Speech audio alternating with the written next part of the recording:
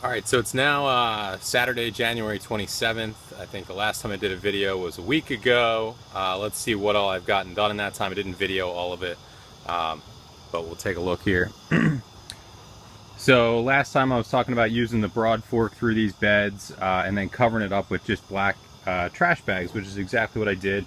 Um, used the broad fork, came through, and then ran the tilther over it also, and then put trash bags over it. And then I've been working on this past week this seed starting bench. So essentially what it is here is a giant table that's lifted up off the ground.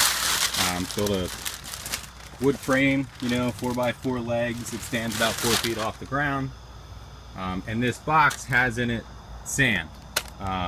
Underneath was also some insulation boards. I think I have some extra ones down here, like this kind of insulation that has the aluminum side. The aluminum's facing up. Put on top of that a bunch of sand, maybe about 1.5 inches of sand. And we're gonna run this heating cable through it. It's the kind of stuff you'd put on your roof in the wintertime up north where it's super cold.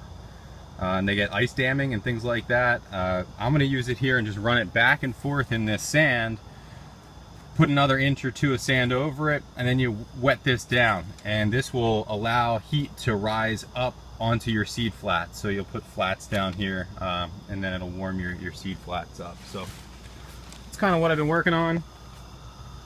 Definitely warm out. You just saw the vent close in the background there. It is about 70 in here. It went even higher. It was up at 75 or so if that vent was open. But it's only about 45 degrees outside. It's 11 o'clock in the morning. It's 45, going out to 55 today. And when the sun really beats on it from this southward side, it gets real warm in here right early in the morning. So middle of January and it's already 70 degrees in here. It's awesome. Catch you later.